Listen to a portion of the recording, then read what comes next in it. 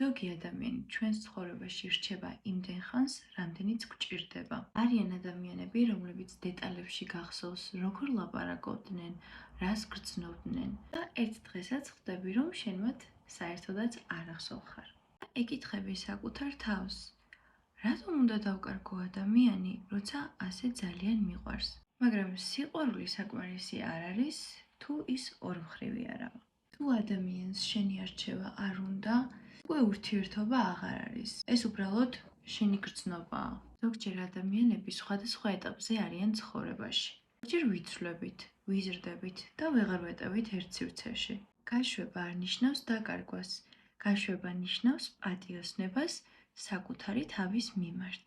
და როცა წყვეთ ადამიანის ძალით დატოვებას, მაშინ ცხოვრება თავად გიბრუნებს იმას, ვისაც შენთან ერთად ყოფნა მართლა უნდა. ფიქრობდი, რომ გაშვება მარცხი იყო. ახლა კი ვფიქრობ, რომ ეს ზრდაა.